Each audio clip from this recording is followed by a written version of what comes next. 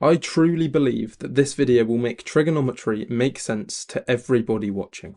Trigonometry is ultimately just a technique to find missing sides and angles on all sorts of different triangles. I have split this video up into right angle trigonometry and non-right angle trigonometry.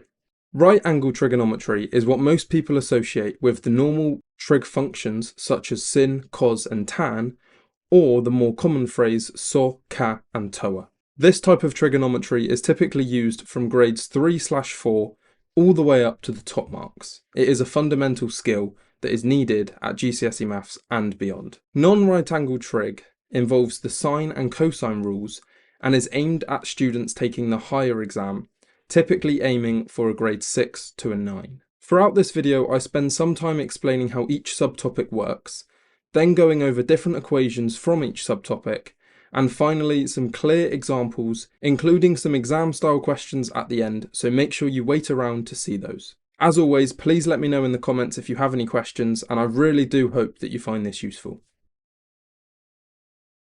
When we have right angle triangles, there are a few things that you need to know before we go into any questions or examples. Here is our right angle triangle, and as you can see, there is an angle labelled X in the bottom left.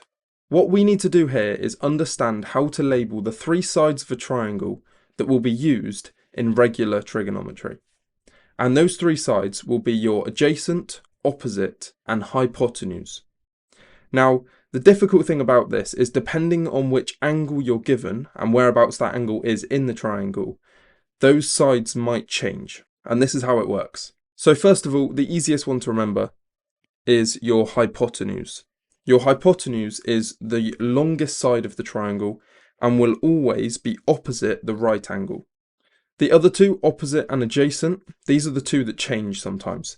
If your angle is there in X, bottom left, the opposite will always be opposite the angle, and that leaves the adjacent. Now, you could remember the adjacent as just the other one, and by process of elimination, there is only one left. However, the adjacent will always be in between the right angle and the angle that you're given. So always remember this. Now that we've cleared that up, let's have a look at the next page. There are three main trigonometric functions that you need at GCSE. Do not be put off by that word trigonometric. It basically just means the trigonometry functions. Sine, cosine, and tangent. They are the full names for them. Most people will just know them as sin, cos, and tan because that is exactly how they look on your calculator, and that is absolutely fine. Once you become familiar with those three names, it is very important to understand SOH CAH TOA. SOH CAH TOA will help you remember everything you need for right-angled trigonometry. So, what on earth does SOH CAH TOA actually mean, or what does it stand for? Let me show you. SOH CAH TOA will help you remember these three equations. So let me explain it in a bit more depth, starting with SOH. So SOH is SOH. The S represents the sine because you're using the sine function. The O represents the O, the opposite side, as we looked at before. And so the H in SOH also represents the hypotenuse, the side that you're going to be using. It will always follow the same order as this. So SOH, because O is the middle one, that is going to be the top of your fraction. Likewise with CAH and TOA, the middle letter A and O respectively will be the top of your fraction always, as you can see in these equations. So hopefully that has cleared something up. If you do have any questions, let me know down below. Let's move on to a couple examples. So we are asked here to calculate the length of AB given this right angle triangle. So one of the hardest bits about trigonometry is identifying which of that SOH CAH TOA you're actually going to be using. And this is where labelling the triangle comes in handy. So the angle we're given here is 45. Obviously our right angle is going to be this one. And this means the 12 is going to be our hypotenuse because that is opposite the right angle, if you remember, and is also the longest side. Now just take 3 seconds to think about what side, either the opposite or the adjacent, our X is going to be, which is our AB. That's the thing we need to work out. So now that you've had that time to think, the side that we're after, that X, is opposite the 45 degrees that we're given in the question. So that is going to be our opposite side. Now based off of this, at the start of every trig question, I want you to write SOH, CAH and TOA at the top of your page or at the top of your workings. You look at which two sides we have in the question. We have O and we have H. Therefore, you find which one of SOH, CAH, TOA has O and H in it. And obviously, looking at this one, it is going to be SOH, which indicates that we're going to be using sin in this question. So, remember the equation. S represents the sine of the angle, the O is the top of the fraction, and the H is the bottom of the fraction. So all we have to do is substitute in our numbers now. So sine of 45 equals x over 12. All we have to do next is just rearrange that equation and we will get x once we put it in our calculators. Now, the rearranging of these can be easy. It can also be quite difficult, depending on whether your unknown side is on the top or the bottom of your fraction. I like to imagine it as one of those rearranging triangles, if you've seen those before. So I'll just move around some stuff so we have some space to write our triangle in. So when it comes to actually filling in our triangle, remember the top of the fraction is always the top of the triangle. So x is at the top, then 12, and then our sine 45 to be specific. Based off of this, if we want to work out what the x is, we can multiply the bottom two together. Therefore, x is equal to 12 multiplied by sin 45. And if we put that in our calculator, we get given a result of 8.49. And please try it for yourself to make sure you get the same answer. That is the length of AB, and that is the end of this question. Next, we're going to be looking at calculating the size of angle ABC in this case. The process for working out a length or an angle is exactly the same. So please follow exactly the same steps. Where is our angle? Our angle is here in the bottom left. So the 7 here is opposite the angle.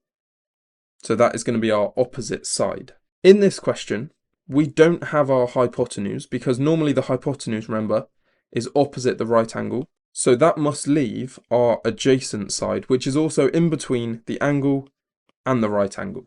So another giveaway that it is the adjacent.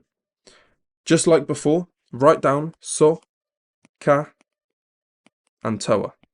We have O and A in our question as the two sides, so therefore it must be TOA.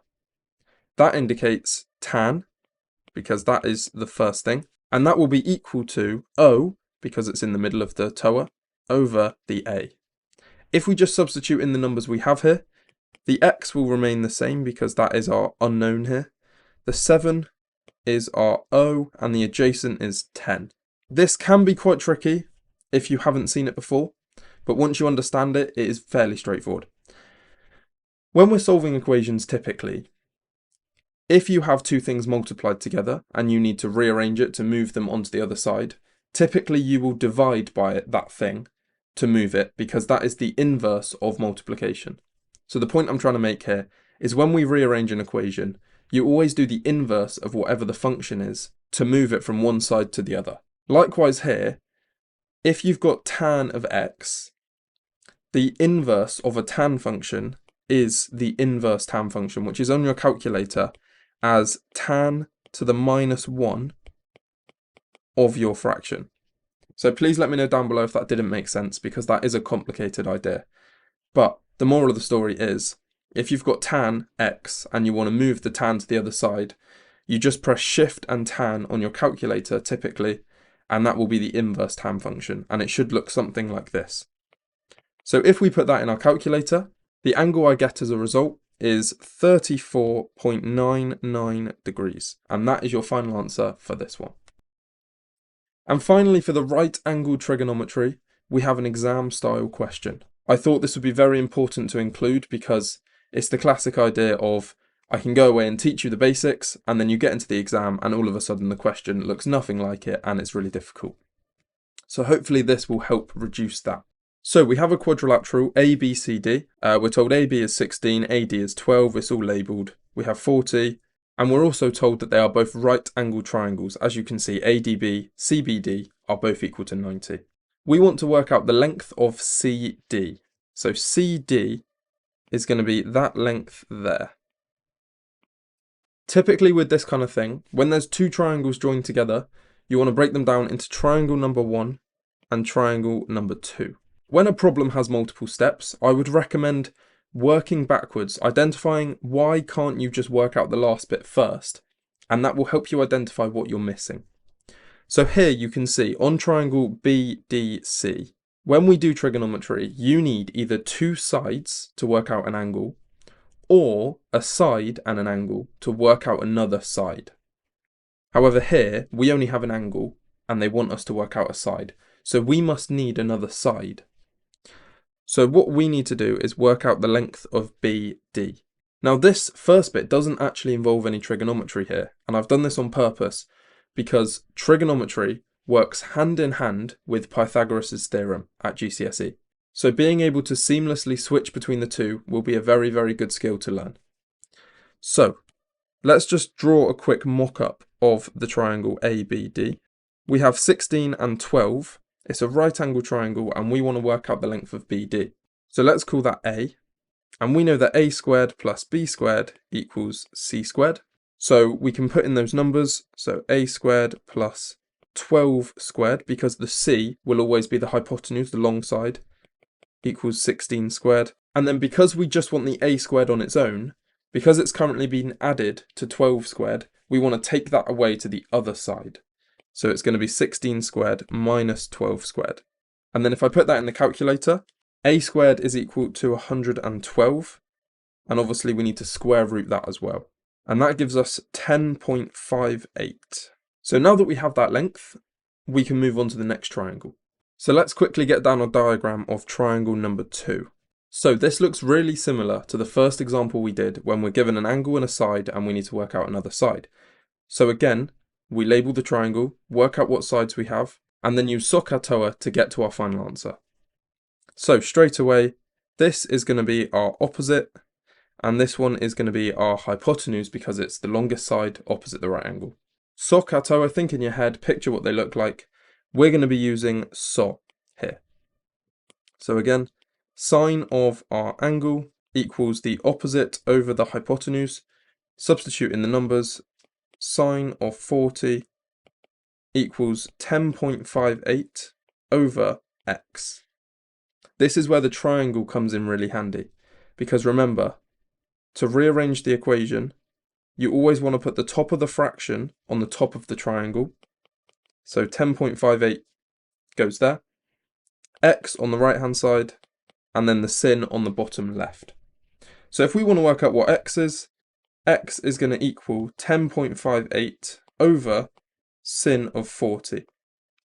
And if we put that in the calculator, it will tell us what the answer is. And that leaves our answer for x to be 16.5. Because it does ask for 3 significant figures in the question, so that is exactly what we will leave it at.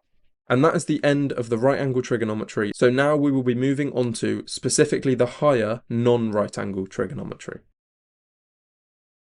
Before we get into any of the cosine or the sine rules, I need to teach you how to label a non-right angle triangle properly. Now, I've done a lot of it for you already here, but you can see that we have A, B, and C, and the angles are capitals, and then opposite each angle is the lowercase version of that letter. So you can see here on the triangle that capital A is opposite lowercase a. Likewise, capital B opposite lowercase b, and capital C is opposite lowercase c. That is effectively all you need to know. As well as the sine and the cosine rule, you also need to understand how to calculate the area of a non-right angle triangle. And I know some of you may look at this and just think, why can't we use the normal half the base times the height? In theory, you can, because we could work out the length of that side there, the height effectively, using normal trigonometry. However, this equation basically just does that for you anyway. So in this situation, and I think you are given this equation, you may as well just use it. So let's have a look at how you would solve this question. First of all, just like before, we want to label the angles and the sides given to us in the question. In our equation of a non-right angle triangle's area, you can see that we have one capital letter, which is the C.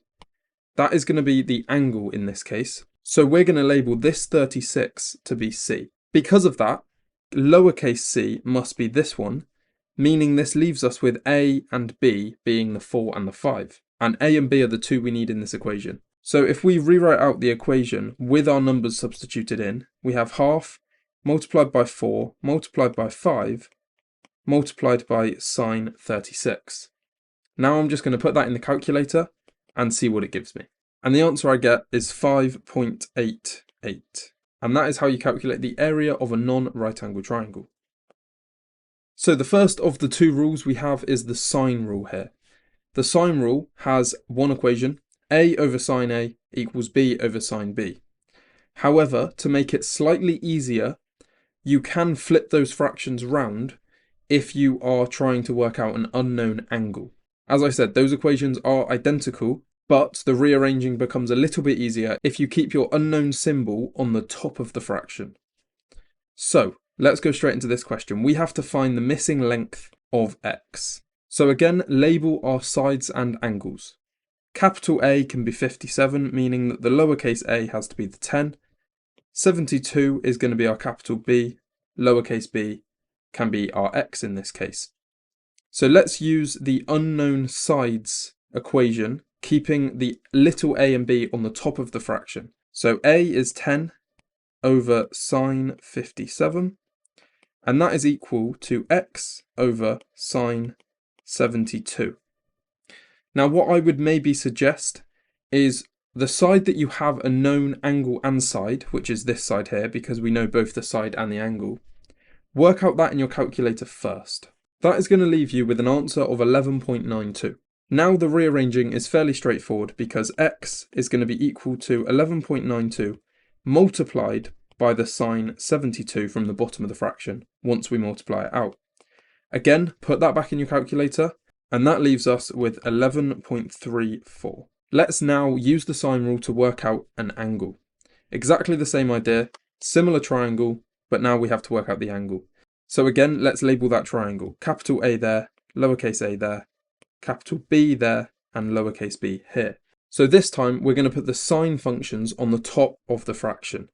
So sine of a, which is 72, over 10 is equal to sine of x over 8. The pair that you know, put that in your calculator and get the answer first, which gives me 0.0951, multiplied by the 8, 0.761, and then just like we talked about in the earlier part of this video, if you want to get rid of a sine, you do the inverse sine. So we're going to do sine to the minus 1 of 0.761.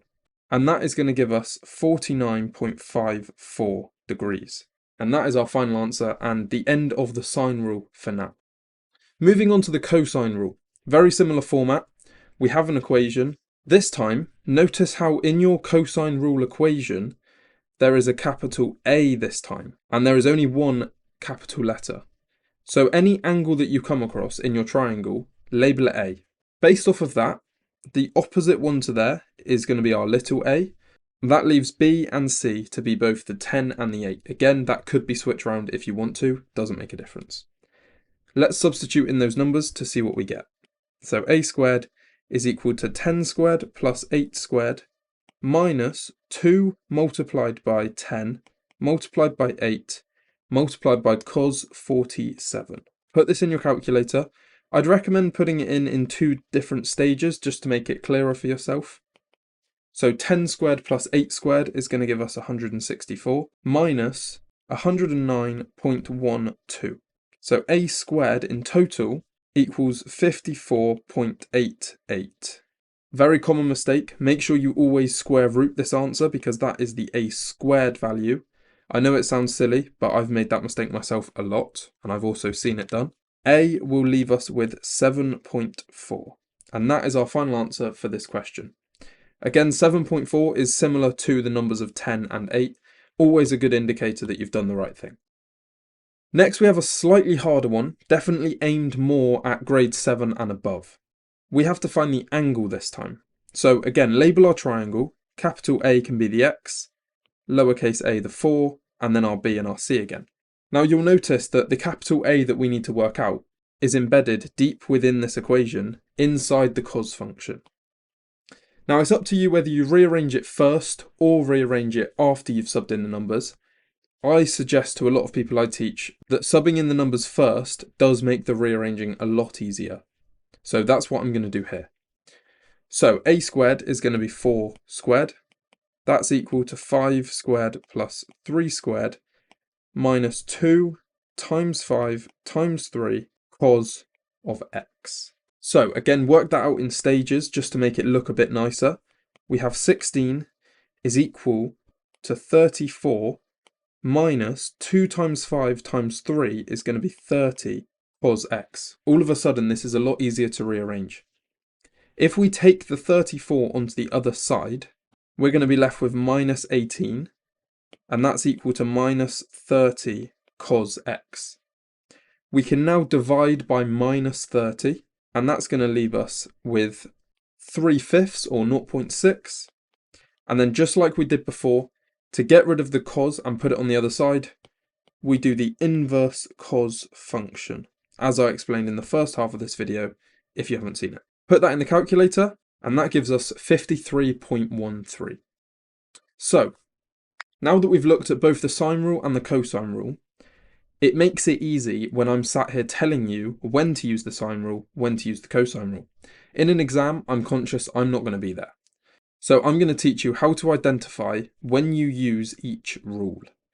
The sine rule requires a known side angle pair to calculate the answer. What I mean by that is that you need either the lowercase b and the big B to be known. Likewise, this could be the same with the a's or the c's, but you need that side angle pair. If you rewind the video and go back to our sine rule questions, you will see that for both of those questions, we had a known side and angle pair. The cosine rule, on the other hand, I guess the alternative could be if you don't have the side angle pair, this is what you do. But it always requires either an angle between two known sides to work out another side, the opposite side, or if you need to work out the angle, you're going to need all three sides of A, B, and C. So that is the best time to identify when to use the sine rule, when to use the cosine rule. The best way to practice this is with the exam question I'm about to show you. So, NOP and OQP are triangles. Find the size of QP. So QP being this side here, let's call that the X. So working backwards, do we have enough information straight away to work out what X is? You would assume not, but it's always safe to check. What I'm thinking here is trying to form some kind of side angle pair so that we can use the sine rule to work out what X is. Because there's a side angle pair here, which will give us the X that we need. So if we can do something with the 58 to work out what this side is, then we can use the sine rule. And we can work out what OP is, that red line I just drew, by using the sine rule on this side because we have an angle in between two known sides, just like I was talking about before, on triangle ONP. Let's start off with the cosine rule. Take a second to think about what the cosine rule was. Try and remember that equation. I'm pretty sure you are given it in your exams, but it's always good to become familiar with them through lots of practice. So here is the cosine rule, and using the numbers in the triangle, we have the following. Capital A is 38. We're going to call B 21.8 and lowercase c 29.7. So substituting those numbers in, A squared is equal to 21.8 squared plus 29.7 squared minus 2 times 21.8 times 29.7 times by cos of 38. That is a very long-winded calculation, but with our calculators, we can do that fairly easily. So my calculator's given me a value of 336.9, and as I said before, square root that, and we get 18.36. So this is the value of that little a, which is the length of OP. Now, if we move that to one side, we can now focus on the sine rule to work out our x. Now, the same as before, the unknown thing in this question is the side. So we're going to put the lowercase letters, the a and the b, on the top of this equation. So a is our 18.36, and we're going to be dividing by sine 58. That is equal to x over sine 61. Work out what the left-hand side equals first, which gives us 21.65, and then simply multiply that by the sine 61 on the bottom of the fraction. And that gives us our final value of 18.94. So as you can see, this was quite a tricky question that involved multiple steps and also identifying what those steps are before you reach the end goal. And that sums up everything I have to offer about trigonometry that you will need at GCSE Maths.